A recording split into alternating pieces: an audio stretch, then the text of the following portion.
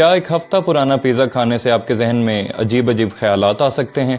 क्या कॉफ़ी आपको स्मार्ट बनाती है, या इसकी मदद से आप गलत चीज़ें ही तेज़ी से कर सकते हैं? साइकोलॉजी में और सवालों की तरह ऐसे सवालात भी बहुत अहमियत के हामिल होते हैं। हाँ, ये बात तो यकीनी है कि इंसान को इतनी आसानी से समझा नहीं जा सकता, मगर आप भी एक इंसान हैं, तो आप भी यकीनन कभी कभी दूसरे लोगों को जज करते होंगे और उनसे रिलेटेड कंक्लूजन बनाते होंगे, और कुछ लोगों को टिक करते होंगे और कुछ को क्रॉस। लेकिन इस बात का ध्यान रखना बहुत ज़रूरी है कि आपका अपना अंदाज़ा हमेशा ठीक नहीं हो सकता।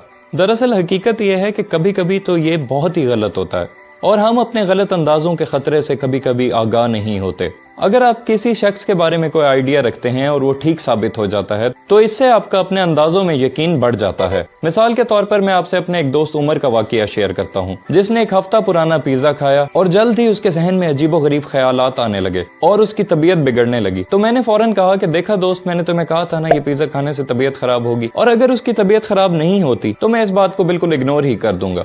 इसे हिंडसाइट बायस या I know it all scenario भी कहा जाता है। सवाल यह है कि हम अपनी कॉमन सेंस पे हमेशा रिलाई क्यों नहीं कर सकते।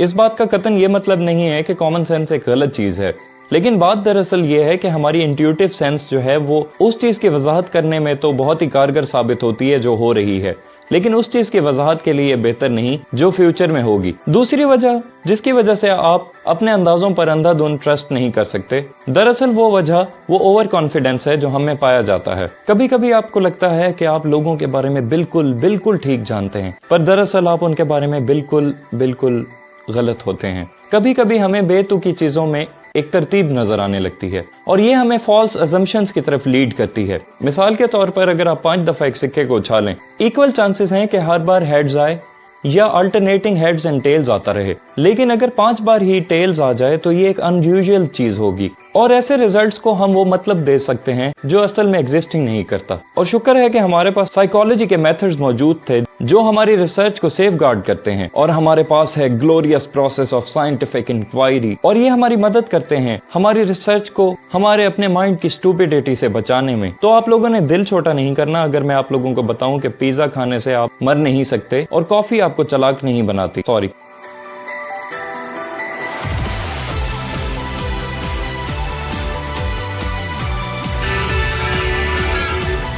बहुत सारे तरीकों से अगर देखा जाए तो साइकोलॉजी की रिसर्च बाकी साइंटिफिक डिसिप्लिन से ही मुशाबियत रखती है। जैसा कि हर साइंस की तरह इसमें भी शुरुआत एक सवाल से होती है जो किसी मौजू के हवाले से पूछा जाता है। इस क्वेश्चन को हम एक मेजरेबल और टेस्टेबल हाइपोथेसिस में कन्वर्ट करते हैं, जिसे ऑपरेशनलाइजेशन ऑफ रिसर्च प्रॉब्लम कहा जाता है।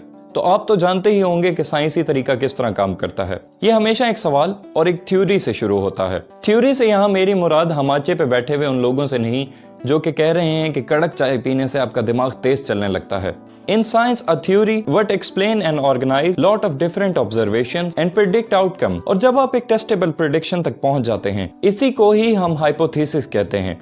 और जब आपकी थ्योरी और हाइपोथेसिस लाइन में लग चुके होते हैं, तो आपको एक क्लियर और कॉमन लैंग्वेज की जरूरत होती है जिसमें उन्हें रिपोर्ट किया जा सके। मिसाल के तौर पर अपनी रिसर्च में आपको डिफाइन करना पड़ेगा कि थिंकिंग बेटर से आपका क्या मुराद है। आपकी कॉफी पे होने वाली ये रिसर्च इस तरह की होनी चाहिए कि इसके हाइपोथेसिस से बाकी रिसर्चर भी तजर्बात कर सकें। अगर आप किसी बंदे के रवैये को कॉफी पीने के बाद तब्दील होता हुआ देखें और ऐसा एक बार हुआ हो तो इससे कुछ जाहिर नहीं होता, लेकिन अगर आप बार बार कॉफी पीने से लोगों को तब्दील होता हुआ देखें, हर जगह और लोग तब्दील भी कर दिए जाएं, तो इसका मतलब है कि कोई खास बात है। यही तो मसला है केस स्टडीज के साथ, जो कि एक popular form of psychological research है जिसमें किसी फर्द वाहिद को इन डेप्थ स्टडी किया जाता है। केस स्टडीज कभी कभी मिसलीडिंग हो सकती हैं, क्योंकि ये जिस तरह की होती हैं इन्हें दूसरे लोगों पे अप्लाई नहीं किया जा सकता। कभी कभी उस एक शख्स पर की जाने वाली रिसर्च को बाकी लोगों पर अप्लाई करने से कुछ रिस्क रह जाता है, लेकिन फिर भी इनसे मालूमात मिलती हैं कि क्या क्या हो सकता है, और इनसे नए तरह के सवालात अखज़ करने में मदद मिलती है जिनसे नई जनरलाइज्ड किस्म की स्टडीज की जा सकें। कभी कभी ये केस स्टडीज साइकोलॉजिस्ट को कहानी सुनाने में भी मदद करती हैं। जैसे कहें कि खालिद को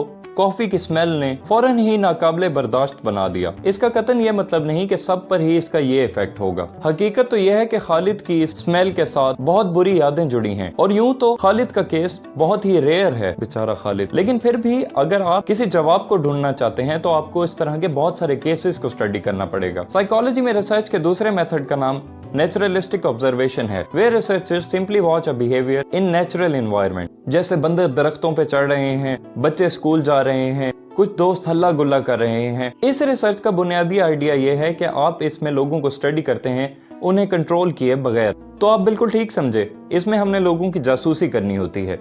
केस स्टडी की तरह ही नेचुरलिस्टिक ऑब्जर्वेशन भी बिहेवियर्स की वजाहत करने में बहुत ही कारगर हैं, लेकिन रवैये के पीछे छुपी वजह की वजाहत करने में ये बहुत ही लिमिटेड हैं। साइकोलॉजिस्ट बिहेवियर से रिलेटेड डाटा साइकोलॉजी के एक और रिसर्च मेथड सर्वे और इंटरव्यू से भी कलेक्ट कर सकते हैं, जिसमें लोगों से पूछा जाता है अपनी राय और रवैयों के बारे में खुद ही जवाब दें। जैसा कि सेक्सुअलिटी रिसर्चर एल्फ्रेड किंग्सले ने इस मेथड को अपनी मशहूर रिसर्च में अडॉप्ट किया, जिसमें उन्होंने हजारों मेन एंड वुमेन की सेक्सुअलिटी पे रिसर्च की। जिस रिसर्च के डेटा को उन्होंने अपनी रेवोल्यूशनरी किताब sexual behaviour in human male and female में डिस्कस किया। सर्वे अमूमी तौर पर पाए जाने वाले बिलीव्स और एटीट्यूड्स को बताने में बहुत ही अहमियत के हामिल हैं, लेकिन सवाल कैसे पूछा जाए ये बात बहुत ट्रिकी हो सकती है। गलत लफ्ज का चुनाव नताइज पर असरअंदाज हो सकता है, जैसा कि भारी भरकम अल्फाज, बैन और सेंसर का लोगों पर एक और असर होता है निस्बतन कुछ कम भारी अल्फाज जैसे लिमिट या नॉट अलाउड से। सवाल जैसा कि अगर पूछा जाए कि do you believe in space alien, ये सवाल बहुत ही अलग है उस सवाल से जिसमें पूछा जाए कि आपको क्या लगता है,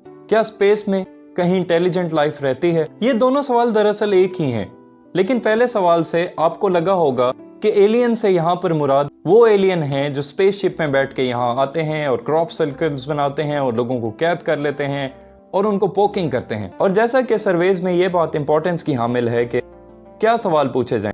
एक और चीज जो बहुत ही अहम है वो ये कि ये सवाल किससे पूछा जाए। जैसा कि अगर मैं पायलट से पूछूं कि बहरी जहाज चलाने में कौन कौन से मसाइल आते हैं, तो पायलट के जवाब बहरी जहाज चलाने वालों के तर्जमान नहीं होंगे। अगर मैं किसी सर्टेन पॉपुलेशन के मसाइल की फेयर रिप्रेजेंटेशन करना चाहता हूं, तो मैं एक रैंडम सैंपल लूंगा जिसमें पॉपुलेशन के तमाम मेंबर्स के पास इक्वल चांस होगा कि उन्हें सिलेक्ट किया जा सके। जैसा कि इस केस में बहरी जहाज चलाने वाले तमाम लोगों को सिलेक्ट करने का एक चांस रहेगा। और अब जबकि आपने बिहेवियर को केस स्टडी, नेचुरलिस्टिक ऑब्जर्वेशन और सर्वेस से एनालाइज कर लिया है, तो आप इससे जुड़ी प्रेडिक्शंस कर सकते हैं।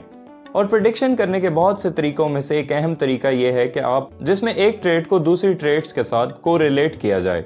तो वापस चलते हैं और अपने दोस्त उमर की बात करते हैं, जिसे लगता है कि उसका रेफ्रिजरेटर एक टाइम मशीन है जो खुराक को हमेशा के लिए प्रिजर्व करेगा। अब उमर ने भूख की वजह से इस पिज्जा को खा तो लिया, लेकिन पिज्जा खाते ही उसको अजीब अजीब चीजें नजर आने लगी और उसकी हालत बिगड़ने लगी।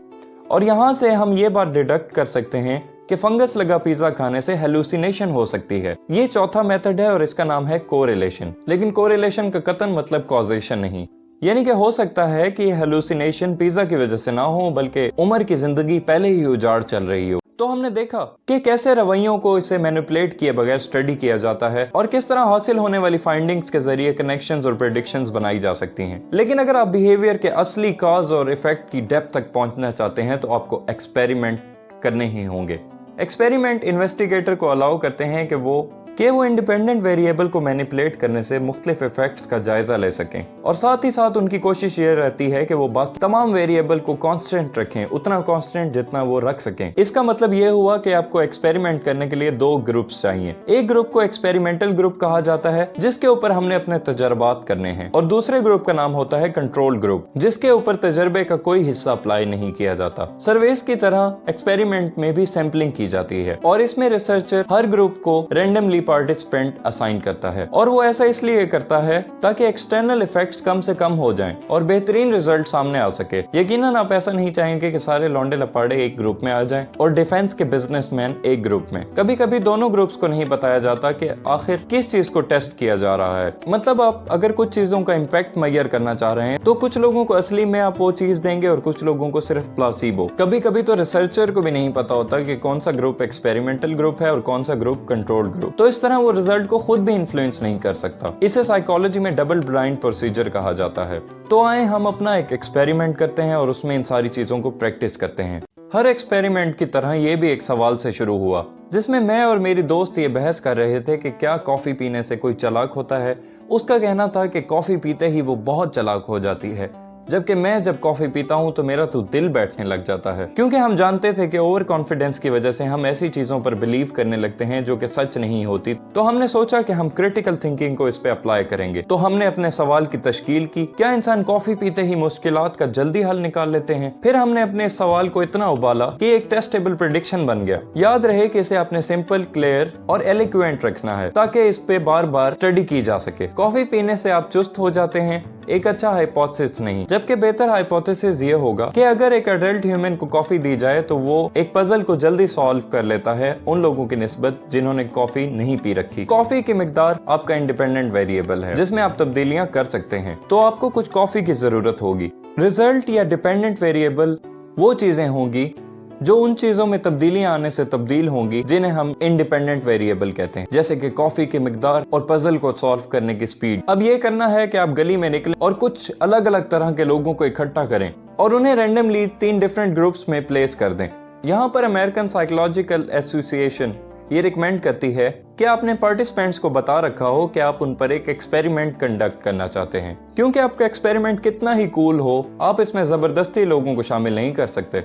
अब हम कंट्रोल ग्रुप को जो प्लासिबो या कॉफी नुमा चीज देंगे उसमें कॉफी बिल्कुल नहीं होगी, और दूसरे ग्रुप जो कि एक्सपेरिमेंटल ग्रुप 1 है, इनकी कॉफी में हम 100 ग्राम ऑफ कॉफी डालेंगे, और एक्सपेरिमेंटल ग्रुप 2 की कॉफी बहुत ही स्ट्रॉन्ग बनी हुई होगी, जैसे इसे रेड बुल में पकाया गया हो। एक बार जब सब लोग ये कॉफी पी लें तो अब आप इन सब लोगों के सामने ये पजल ले आएं और दूसरी जानिब घड़ी लेके इनके पजल सॉल्व करने का वेट करें, और आखिरी काम जो यहाँ रह जाता है वो रिजल्ट इकट्ठा करना है और कंपेयर करें कि क्या इनमें कोई कंक्लूसिव रिजल्ट पाया जा रहा है। अगर वो लोग जिन्होंने रेड बुल वाली कॉफी पी रखी है पजल को कंट्रोल ग्रुप और एक्सपेरिमेंटल ग्रुप 1 से 2 गुना तेजी से सॉल्व कर लेते हैं, तो इसका मतलब ये हुआ कि आपका हाइपोथेसिस बिल्कुल ठीक था। तो अब वो मुझे नाक चढ़ाने का हक रखती है कि उसकी बात बिल्कुल ठीक थी, मैं ही गलत था। लेकिन यकीन जानिए ये उसके लिए भी उसका हिंडसाइट बायस ही था। अब सिर्फ हमें अपने रिजल्ट को क्लियर लैंग्वेज में रिपोर्ट करना बाकी रह गया है ताकि और क्यूरियस माइंड भी इस पे रिसर्च कर सकें। अब जो हमारे पास डाटा होगा इसकी मदद से जो बात हम करेंगे वो इंतहाई सॉलिड होगी कि आखिर कॉफी का हमारी सोच से कितना गहरा ताल्लुक है और हमें ये पजल को सॉल्व करने में कितनी मदद कर सकती है। Thanks for watching this episode. अगर आपने गौर किया हो तो आपने सीखा किस तरह साइंटिफिक मेथड को अप्लाई करके साइकोलॉजिकल रिसर्च कंडक्ट की जाती है। अगर आप गौर करें तो आज आपने सीखा कि किस तरह case study, naturalistic observation, surveys and questionnaire, correlation और एक्सपेरिमेंटेशन से साइंटिफिक रिसर्च कंडक्ट की जाती है, और आपने सीखा कि किस तरह मुख्तलिफ तरह के बायस हमारे एक्सपेरिमेंट्स को खराब कर सकते हैं और किस तरह रिसर्च प्रैक्टिस को अडॉप्ट करने से इन्हें अवॉइड किया जा सकता है। That's all. सब्सक्राइब करना मत भूलिएगा।